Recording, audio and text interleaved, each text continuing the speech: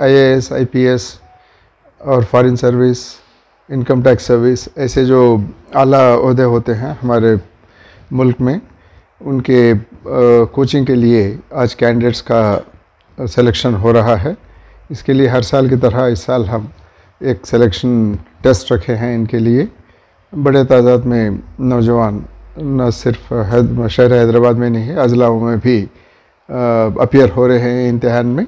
इनमें सबसे जो आला तरीन, जो बेहतर परफॉर्म करेंगे, इनमें से 100 कैंडिडेट्स को हम लोग चुनेंगे अखिलियातों से, और इनकी तरबियत अच्छे से अच्छे जो कोचिंग सेंटर्स हैं हैदराबाद में, 6 या 7 कोचिंग सेंटर्स को हम लोग ऑलरेडी सेलेक्ट करे हैं, वहाँ पर इनकी तरबियत दी जाएगी।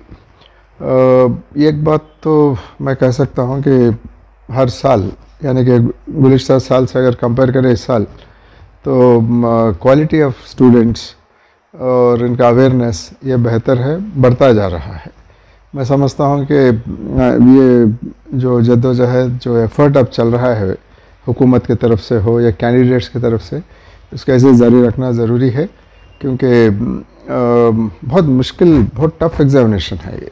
आज माना जाता है कि सिविल सर्विसेज एग्ज़ामिनेशन जो है यूपीएससी से हर साल जो ऑर्गेनाइज होता है, ये दुनिया में जितने भी मुल्क हैं सब में जो सिविल सर्विसेज एग्ज़ाम्स होते हैं उनमें सबसे डिफ़िकल्ट एग्ज़ामिनेशन है ये।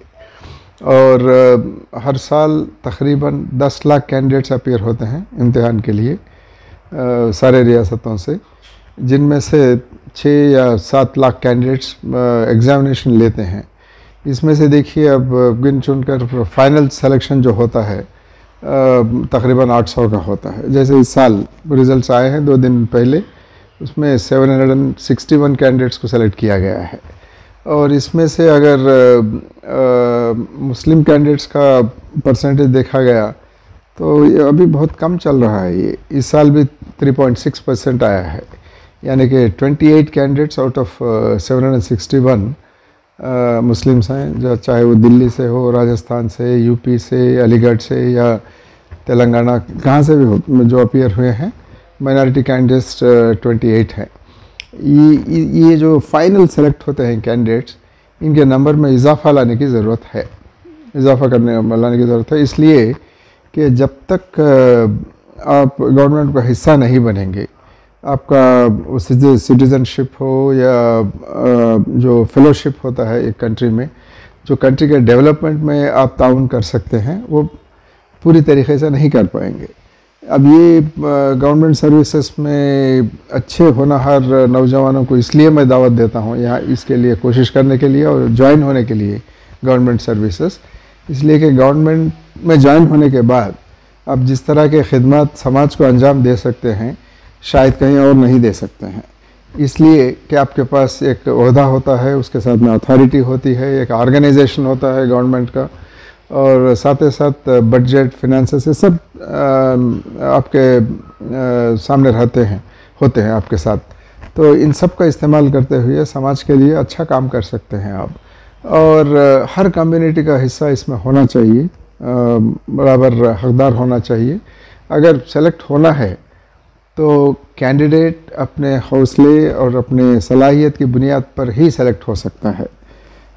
इसके लिए जो तरबियत देना है, जो गाइडेंस देना है, जो मटेरियल फराहम करना है, ये सब हम लोग करने के लिए तैयार हैं। शर्त यह है कि कैंडिडेट आगे बढ़ना चाहिए और उनके घर में एक अच्छा माहौल बनना चाहिए, और माँ बाप भी इनकी हौसला अफजाई करके इसमें कम्पीट करने के लिए उनको भेजना चाहिए।